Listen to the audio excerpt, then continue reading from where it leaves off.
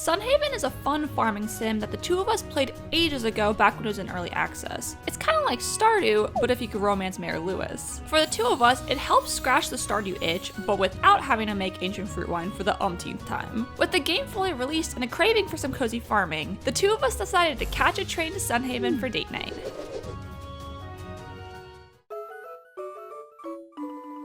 Like we mentioned before, if you're a fan of Stardew Valley, then Sunhaven is definitely worth a visit. It's got a lot of similarities, but does a good job being unique in its own way. It's got its own version of watering and picking crops, exploring mines, and fishing. Although the fantasy elements in Sunhaven, along with the more complex skill tree, are what the two of us feel set it apart the most. They're like, I don't know what all this weird darkness is, and then the, crazy blindfolded demon child just walked off the train like, yeah, I don't know, it's weird.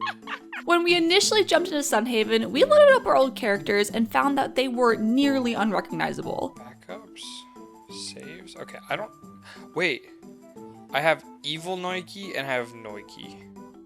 Pretty sure Evil Noiki is like my old character. The usual problem we run into when returning to a game that we played in early access is how different it is. Getting handed a maxed out character without really remembering how to play is just asking for trouble. It was definitely a red flag when we booted up the game and unlocked half the achievements without even leaving the farmhouse. I don't think achievements existed the last time we played this game, because this is like a 100% speed run, and I just finished the game. Since the game has gone through several updates and changes since last time we played, we decided it was probably better to just start fresh and relearn things as we go, or risk being incredibly confused.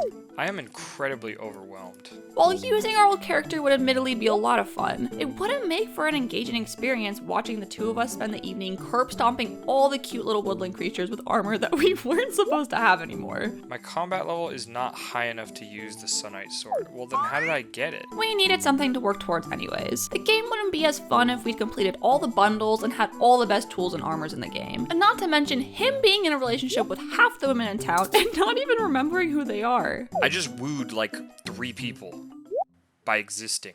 The last time we played, there weren't even multiple seasons, so we were basically playing a different game. We were totally excited to find the new stuff, but man, did the story tutorial slow us down. Why all the cutscenes? Just let me play the game, man. We probably should have just opted to skip stuff so we could get right to doing what we wanted to. But they fleshed out the story a lot since we were last in Sunhaven, so we wanted to give their work the attention it deserved. I just hit level 15. Holy shit. And Elios tried to teleport me to him. I'm like, dude, I'm busy. He's like, the fate of the valley is in your hands. On the surface, it seems like just another farming sim, but there's actually quite a bit of depth if you're willing to do some digging. They take forever. Especially when you use your pickaxe. The game has plenty of cool places to explore and multiple different farms to unlock. It can get a little tricky to keep track of, since each farm has its own special kind of crops it can grow, as well as its own currency that they earn. Juggling 3 farms and 3 map layouts can be an adjustment, but money isn't usually the end-all be-all, so we don't stress about it too much. How would we have even gone to Darius? Isn't His he birthday in was Withergate? yesterday. Yeah. Your character has a lot more at their disposal in this game, and depending on how you use your mana, certain tasks around the farm can be made a lot easier. There are skills that can help you mine rocks or water crops. Of course, the most useful of the bunch are the ones that help you get around from place to place, like the air dash. It's kind of like if Stardew Valley let you have flash jump in Maplestory. I am riding a lion. Yeah, that's your mount. My lion can flash jump. We just unlocked the elven part. My lion can flash jump. Unlocking the different spells comes from leveling up your character. There are some RPG elements where you can increase your stats and earn points for the skill tree. Taryn, come here. Okay. I'm here. Finally! A handful of the skills are global skills, which means only one person needs to unlock them, and then everyone in multiplayer can benefit from them. We both try and coordinate who unlocks what skills so we can divide and conquer while getting the most bang for our buck. He almost always outlevels me, so it's nice that some of the skills he picks up can benefit the both of us. So you have retaining soil. Unlock the jam maker. Unlock the ability to purchase sheep and pigs. I don't understand. Why the specification? Out of the 5 skills that are at a level, he tends to go down the combat and mining route, and I stick to farming and exploration. You want to go to the mines with me? Yeah, do you want to help me water everything? Sure. Unfortunately, that means that fishing gets shafted. It's not that fishing isn't fun, but it's definitely the least sexy of the skills to choose from. In all fairness, fishing was the least fleshed out when we first played the game, and I think we still treat it that way. They've actually added plenty to it since then, so it's probably a lot more fun than we remember. Wait. No, there's a chest.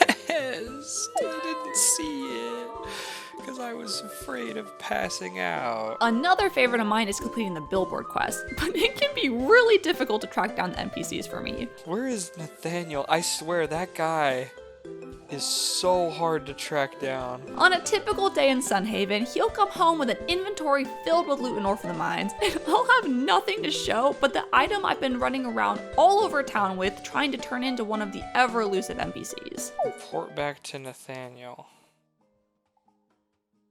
Where the fuck? Where is he?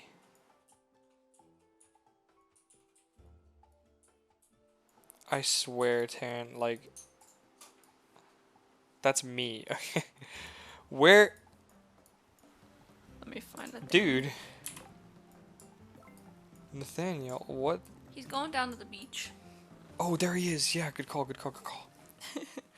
I have like a sixth sense about him because I'm sixth romancing sense. him. Starting relationships with the different NPCs is always a hot topic on date night. They all have cool designs and great personalities. I was actually surprised with how many choices there are, and usually it's just a matter of finding out what they like and showering them with gifts. You can even romance people from the other towns, but I'm not really ready to start a long distance relationship. I get a little jealous because the girls are really cute, but last time I checked, none of them have beaten Dark Souls. Besides, he better watch his back because the guys aren't bad looking either. True to life, neither of us have worked out how marriage works yet, but that's probably for the best. Yeah, we're really limited by...